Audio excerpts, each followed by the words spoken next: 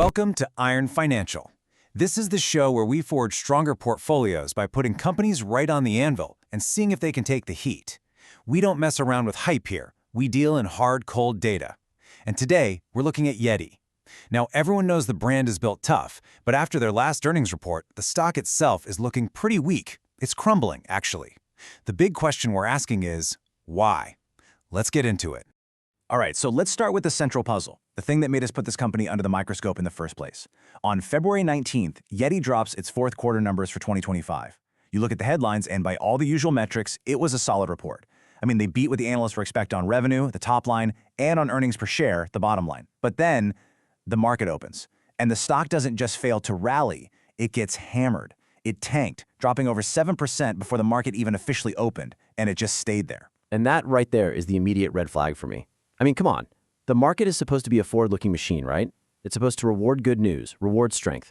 So when you see a company beat the numbers on paper but get a beat down on the stock ticker, you got to ask yourself, okay, what am I not seeing? What is the market pricing in that isn't in these big, shiny headline numbers? What's the real story? Yeah, let's put the raw numbers right up on the screen so everyone can see it. It's impossible to ignore this disconnect. It's just black and white. Over on the left, you've got the facts of the report. Q4 earnings per share, or EPS, came in at 92 cents. Wall Street was only looking for 88 cents. That's a solid beat. Revenue?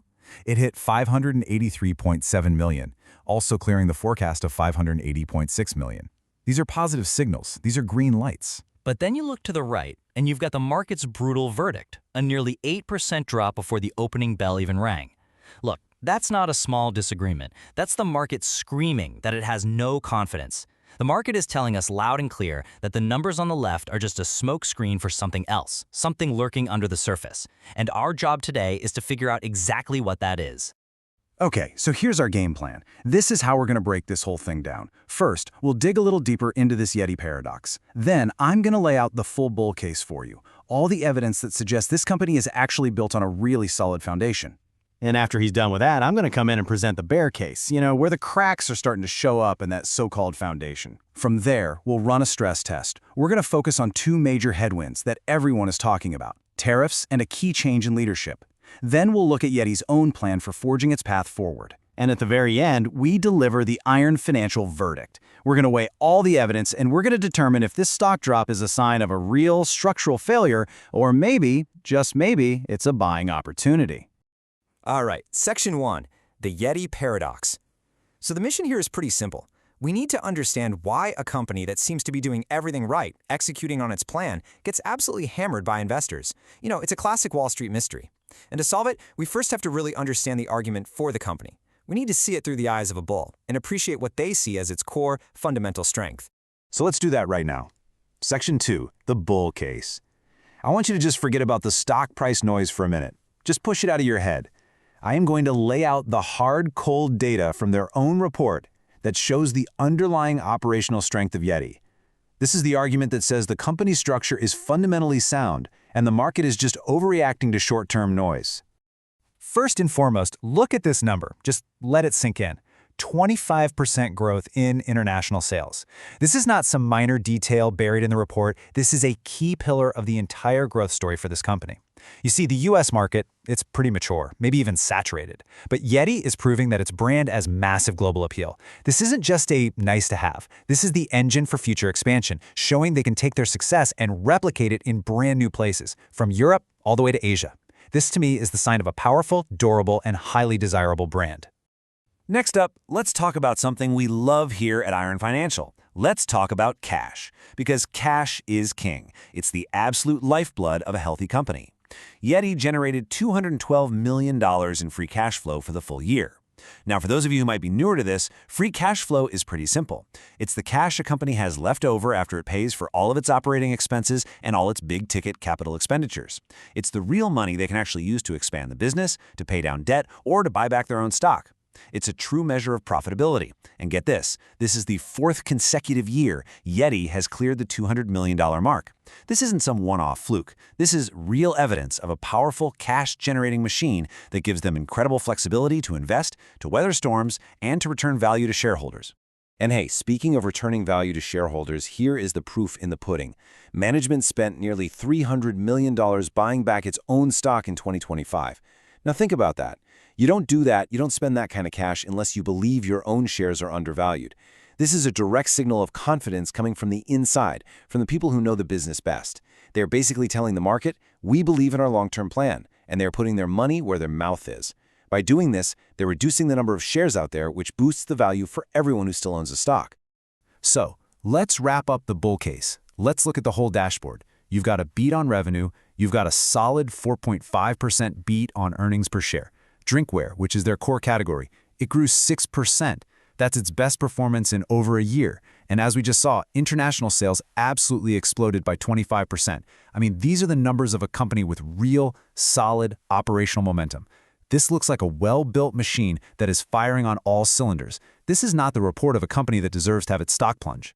Whoa, hold on a minute. That's a great story, if you're only looking at the last quarter. But the market looks forward, not backward. And when you look forward, man, the cracks in YETI's armor become painfully obvious. You can't build a bull case by just staring in the rearview mirror. So now, let's get to it. Section 3, the bear case. Let's talk about the real reason the market sent this stock tumbling, because I guarantee you it wasn't looking at Q4 of 2025, it was looking at 2026 and whatever comes after that. Here it is, plain and simple, right from investing.com. It wasn't about the quarter they just finished, it was about the year they're about to start.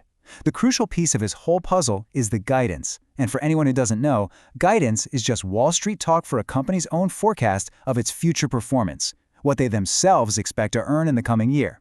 It's arguably the single most important number for investors because it sets everyone's expectations. YETI told the market what to expect for 2026, and the market very clearly did not like what it heard. This is the smoking gun. This is the primary driver of that massive sell-off. Let's get really specific here. Wall Street analysts, the folks who build these super detailed financial models, they had a consensus forecast of $2.85 per share for 2026. Then YETI comes out with their own guidance, and the high end of their range is just $2.83. Now I know 2 cents might not sound like a lot, but in the world of high finance, that is a chasm. It's a huge deal. Even at their most optimistic, they are projecting a miss. That signals to the entire market that the engine is slowing down and the road ahead is a lot tougher than anyone expected. It's a major, major red flag. And here's the reason why that guidance is so weak. Just look at this chart. This is what we call the margin squeeze. In the fourth quarter of 2024, YETI's adjusted gross margin was a super healthy 60.2%. A year later, it's down to 58.4%. That is a 180 basis point drop. That's 1.8%. Now, for a premium brand like YETI, these high profit margins are the absolute bedrock of their business model. This erosion, this drop, is a serious crack in that foundation. It's a clear signal that their costs are rising faster than they can raise prices on their products. Market skeptic? In this margin pressure, it flows directly to the bottom line. It's a straight shot. Adjusted operating income fell a staggering 14% year over year. Think about that. A 5% increase in sales doesn't mean a whole lot if your operating income collapses by 14%. This is the absolute core of the bear case. The company is becoming less profitable. They're basically working harder to sell more stuff, but are making less money on every single sale. That is not a sustainable structure for long-term growth, period. Okay, you've pointed out the cracks. I see them. Weak guidance, margin compression, these are undeniable headwinds. I'm not going to sit here and dispute the numbers, but the real question, the one we have to answer, is whether these are temporary stresses or are they fundamental flaws in the company's entire structure. And that brings us right to Section 4, the stress test. We're going to put two of the biggest issues, these tariffs and a big leadership transition, right under the microscope. Okay, first, let's just be really clear about what we're talking about when we say tariffs. The main culprit here are these IEEPA tariffs. They're what's known as Section 301 tariffs, and they primarily hit imports coming from China.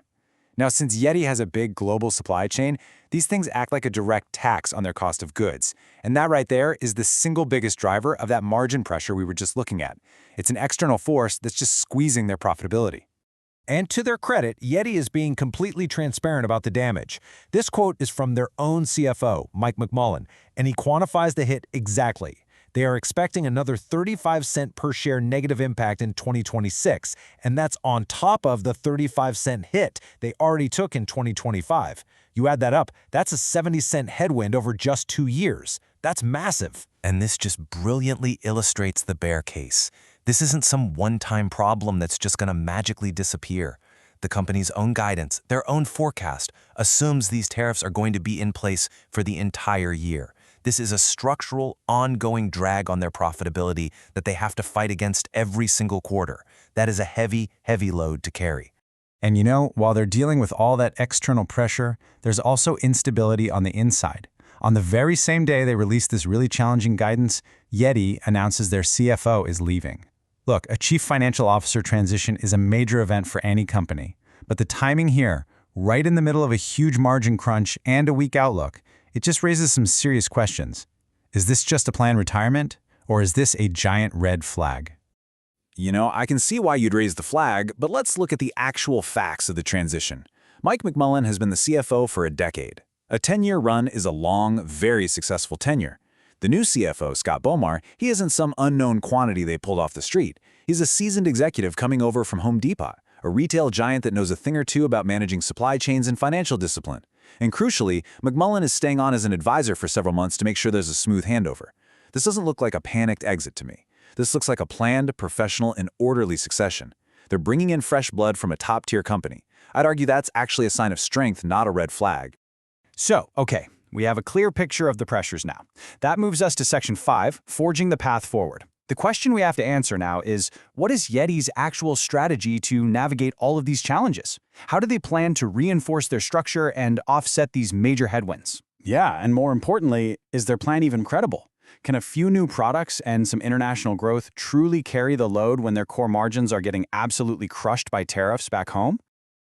Their primary answer is right here on this slide. This timeline, in my opinion, is the single most important piece of the entire bull thesis going forward. Just look at it. In 2018, international sales were just a tiny 2% of the business. By 2025, that number had grown all the way to 21%. And in the most recent quarter, it actually accelerated to 23%. This is not a hope or a dream. This is a proven working strategy. While the U.S. market is dealing with saturation and cautious wholesale partners, this provides a powerful, high-growth engine that can help offset that domestic weakness and tariff pressure. They are building a truly global brand right before our eyes.